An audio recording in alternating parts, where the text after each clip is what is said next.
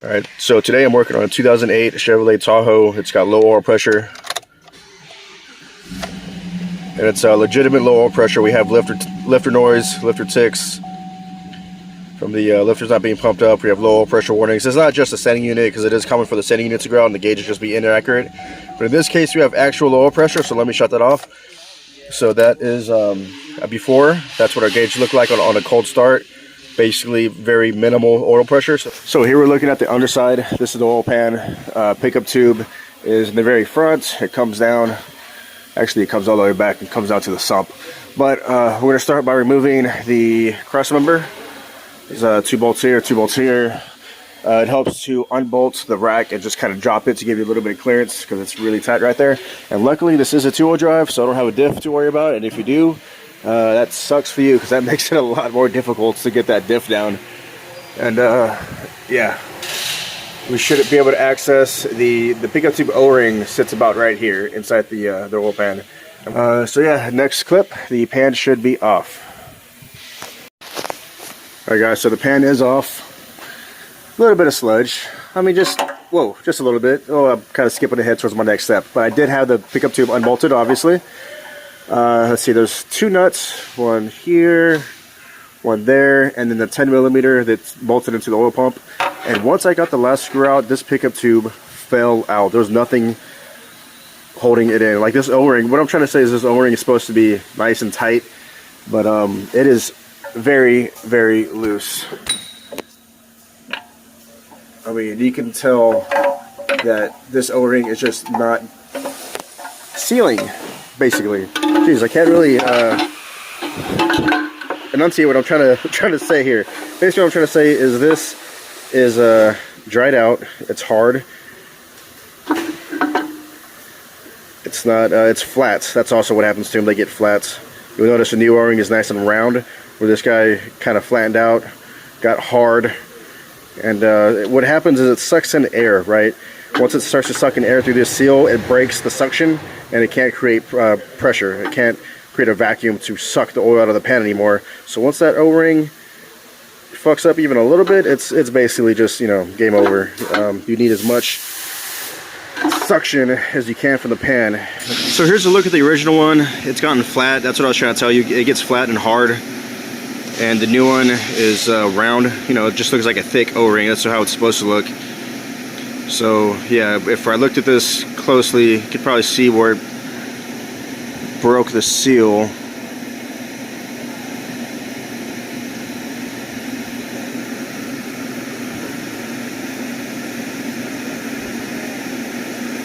You know, right there looks questionable. I wouldn't be surprised if it was getting by right there. So the part number to this pickup tube seal, 72401. I'll go ahead and link this in the description. I'll put the Amazon link down low, and please, if you need this similar item, purchase it through the link. It helps me out. I would appreciate it.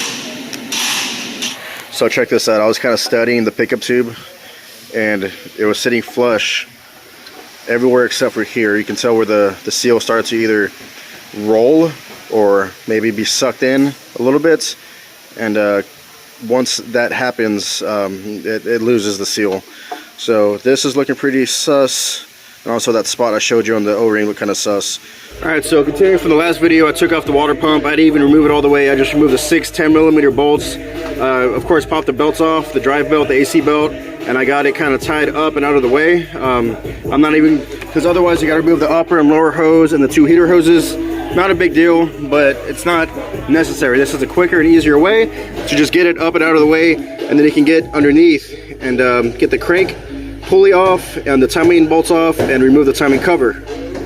So with the oil pan off and the water pump hung out of the way, I can work on removing the crank pulley. I'm using the special pulley here. I'll link this in the description, like I usually do with all my special type tools. And then with this off, we have access to all the 10mm to go around the timing cover. Pull off the cover, and then that'll expose the oil pump that's directly behind the pulley. The snout of the crankshaft actually goes through the oil pump, so that's why we have to remove all this in the way to be able to access it. So let me get this pulley off, and then I'll show you the cover, and then we'll get that off. Alright, so I disassembled the 200,000 mile oil pump, and it's got heavy scarring on the inner sprocket and the outer, or I guess I'll call these gears, on the inner and outer gears. Heavy scarring on the back side of the pump. It's got heavy scarring. All of this will create low oil pressure issues because it basically opens up the tolerances and the clearances, the surfaces of these gears being worn down, and the back here, as well as the face of this. All this being worn down creates low oil pressure, as this is very, very tight tolerances that this oil pump has to be in. It has to be, you know, basically perfect. If anything less than perfect would create less than ideal oil pressure. Yeah, so yeah, just seeing all this heavy scarring, and there was even some grooves cut out here, which is pretty unusual. I haven't seen that before, but you could actually catch it on your finger. So all of this is basically just oil pressure bleeding by. So yeah, let's get a new oil pump in there. We're going with a Melling M355. It's supposed to flow 33% more volume, also increase the oil pressure. I believe it comes already shimmed on the bypass valve. So let's get that in there with the new pickup tube O-ring and see if we can't correct this issue. So here's our Melling oil pump. If you want the correct one, make sure it's part number M355. That's the highest flowing, highest volume one. It's also supposed to increase oil pressure. So it comes with a brand new pump. It also comes with some O-rings. And if I remember correctly, it should be 2 different size O-rings. That's just one, but it's in there. Okay, so let's get this oil pump installed, and I'll show you a little trick I like to do to make sure you don't run into any issues. It kind of helps center the pump, but let me get this kind of set in place and then I'll show you. Okay, so what I like to do before I torque down the 4 10mm bolts, the 2 on this side, 2 on this side, is I just do it hand tight, and then I rotate the crank so that the gears sort of self-center. You know, that way you make sure there's no binding, because the holes in the pump are pretty large. The pump can actually shift around. Alright, so you want that to be centered, and you want it to spin with no resistance, because it is possible if it's, you know, too far off, the gears can get in a bind and cause some internal damage. You do not want that. So yeah, I've been rotating the crank. It's centered. I'm gonna go ahead and tighten down the bolts, and then just, you know, reverse order, and then, you know, just get this thing back together and hopefully see if our issue is corrected. So before I get too much further with the installation, these LSs have this pretty cool little spot here. If you remove this bolts, you could actually fill oil. You could put oil in here, and it would. That port is on the side of the block here, and it fills up the oil pump. And eventually, you can see it come out of the where the pickup tube is going to be. That kind of just helps prime the pump and helps create that suction for that first start with the new pump. Otherwise, it's going to be dry. So that's a good idea to go ahead and prime it up. Some people like to put grease in the pickup tube to help create that initial suction. There's different methods. Just do whatever you think is best for you.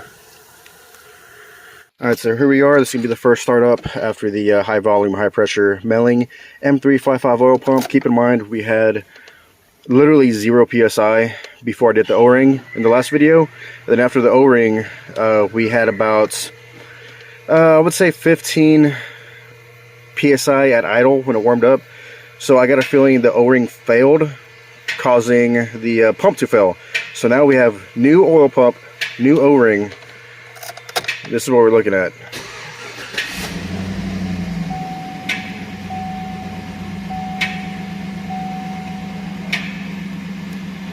$60 PSI on a cold start. That's really, really good. That tells me it should drop down to about 40 when it's hot.